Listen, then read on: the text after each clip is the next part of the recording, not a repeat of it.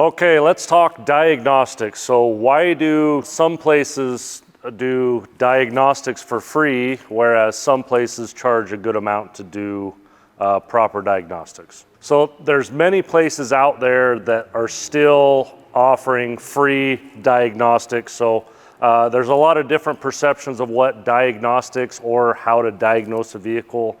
So I'd kind of like to just, as a 30-year veteran of the auto repair industry, just kind of want to walk you through how our shops do it to hopefully shed a little more light onto this subject. So first of all, I love our parts suppliers. I wouldn't be able to survive without the Napas, the O'Reillys, the WorldPaks of the world stocking and bringing us quality parts. But these are also the places that are confusing people on this subject. So you can go to the local parts house, whether that be AutoZone, O'Reilly, or even Napa, and they'll have a big sign up that says free diagnostics, right? So what are you getting for free? First of all, parts suppliers, what are they in business to do? Stock and sell parts. They're not in business to fix your car. More often than not, you don't want the person behind the counter to come out and fix your car, right? So we probably shouldn't have them diagnosing it. But here's what you get for free at the parts house or somebody that does free diagnostics. They come out to your car, they connect the thing to your connector, right? They scan it and retrieve a trouble code. Then they take that trouble code, they type it into their software, and it comes up with likely causes of what caused that check engine light. And then more often than not, what they do is they recommend to you what the most common part to fail is, and they sell you the part. This works sometimes. This is the hard part. Sometimes it works. Sometimes the most common thing is you just fix that and the problem goes away. But too often it doesn't. So I would like to argue that, you know, if it's a fairly inexpensive part and it's not a bunch of work to change it, maybe it's worth the risk. So a shop like ours, we charge $170 to do an initial diagnosis on your vehicle. That's basically you buying a block of valuable time from one of my top techs, about an hour to an hour and a half's worth of time to go through a process of elimination to determine what the cause is. So I would say if you were going to the parts house for free diagnostics, if they're recommending a part that is maybe $200 or less and pretty easy to change, maybe to you, if you feel comfortable, it's worth taking that risk. But I would encourage you not to spend much more of that as a guest. We have too many clients come to us after buying thousands of dollars worth of parts and spending hours of their time, and they're still in the same boat. And then they got to pay us to diagnose it, and then hopefully they pay us to actually fix it properly, right? So use caution. If it's cheap and easy, it's worth the risk, but there's a lot of risk in just taking the parts house's advice on what's wrong with your vehicle. So let's walk you through what our shops do for $170 worth of time when you bring your vehicle for us to do an initial diagnosis. So let's go step by step. So step one is you and I or one of my advisors and you have a good conversation about what your vehicle is, what your concerns are, and then they're going to talk to you a good amount about how often it does it, what it's doing, any recent work that's been done. We're trying to collect as much information from you as we can so that once we diagnose your vehicle to one of our top mechanics, we want them to have all the information they need to diagnose it as efficiently as possible. The faster I can get it diagnosed, the less it costs me, therefore the less it costs you, and so we're always trying to provide you with the most value. So step number one is you and I having a conversation to make sure we get all the information to my technician to where he can duplicate it and find it in a timely manner. Step two, once I've collected all the information from you, we determine, our dispatcher determines who the best mechanic is for your particular make and your particular problem. We do work on all makes and models here, but we have technicians that are specialists in different makes and are better at different concerns, you know. A guy like me, I can't hear that good anymore, so you don't want me diagnosing a noise, whereas somebody else might struggle in another area, right? So we determine who knows your car best and who knows your type of repair best. We get it dispatched to them. Step 3, once it's dispatched to one of our top diag techs, they quickly verify the vehicle's safe to drive, make sure it's got fluids, make sure its wheel's not ready to fall off or anything obvious. Then they go road test it. They perform a thorough road test to determine, they want to duplicate what your concern is. So if you come in saying, hey, it makes this noise at 30 miles an hour, they're going to go drive at 30 miles an hour and listen for the noise. If you say, hey, it runs really rough, if you drive it around the block when you come to a stop, they're going to drive it around the block multiple times, come to a stop, and feel what they feel, see what they see, hear what they hear, right? So a good quality road test by a qualified tech is actually very important. Seems silly to some, but that's actually a very important part of it. Next step, after they've done a road test, they bring it into the shop, right? They're going to connect a scan tool to it.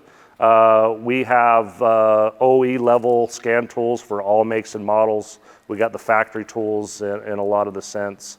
I don't even want to begin to talk about how much investment we have into scan tools and softwares and updates and stuff. It's getting out of hand. But anyway, we connect one of these fancy scan tools. We retrieve all the data. So any current trouble codes, any history codes, it kind of gives us a snapshot of what's going on. Now, we take those codes and we type it into our preferred software, and it does similar to what the parts house does for free. It shows us the most common causes, most likely causes of what's going on. So it basically shows us a circuit. It says, okay, there's a problem with the fuel circuit. There's a problem with the EGR circuit, right? Next step, we take that information that we've found based off of the codes and the most likely causes, and then we go through and do a quick visual inspection, check for the obviouses, right? So if we're getting fuel codes, we're gonna go to the air intake and make sure the air intake boot's not loose. If we're getting misfire codes, we're probably going to disconnect the ignition coil and retrieve a spark plug, likely from whatever cylinder has the most misfires. Do a visual inspection. We're just going to go through kind of we're going to have an idea based on what the concern is and based off of our experience on your vehicle. Likely we've already seen this problem. So we're going to go directly to what we most likely think it is and test those things first, and then move on to the next things based on our findings, if that makes sense. So it's kind of a process of elimination. Okay, so we've already collected the data from you. We've already dispatched it to our technician. They've road tested it. They've scanned it. They put the trouble codes into the software to see what the most probable cause is. They've done a visual inspection of the area or the circuits that is causing the trouble codes. They've given the whole car an overall health inspection, why it's up in the air and in the shop. The very next step is to go through and do very specific testing of the circuit with the remaining amount of time we have. We always approve $170 worth of time. I would say 80% of the time, that's enough time for us to determine the exact cause. The other 20% of the time, that's not quite enough time. So regardless of whether we've fully diagnosed it or not, we always stop after $170 worth of time, and then we relay that information on to our clients. So let's go with the case that we did spend $170 worth of time, and that was enough time for us to determine exactly what the cause was. We then go through and we type it all digitally up for our service advisors. Let's say I'm the technician, I type it up for my service advisor. Then the service advisor can send a link to our customer's phone or email that has all the pictures and notes and recommendations and why I'm recommending based off my findings. And that's how we do it. So once again, there's a lot of value in actually having a repair shop diagnose the problem versus free diagnostics. But I get it. Every once in a while, your neighbor or the parts guy or your buddy, they are mechanically inclined and they've got a pretty good educated guess. If it's not a big expensive part and repair, sometimes it's worth doing that. But more often than not, these cars that are coming into our shop, there's often times we're recommending thousands of dollars worth of stuff. It's very important for you as the consumer to know if you're going to make that kind of investment into a repair. You want to know that that is going to fix it, and that whoever's fixing it's going to stand behind it, right? And so very valuable amount of time. We use our most expensive equipment and our most educated and experienced technicians to do diagnostics. Therefore, we feel we're providing one heck of a value when we're billing this out around $170 an hour. If you knew everything that goes into getting that done, you would understand that that is about the bare minimum that shops can survive on to do these types of repairs.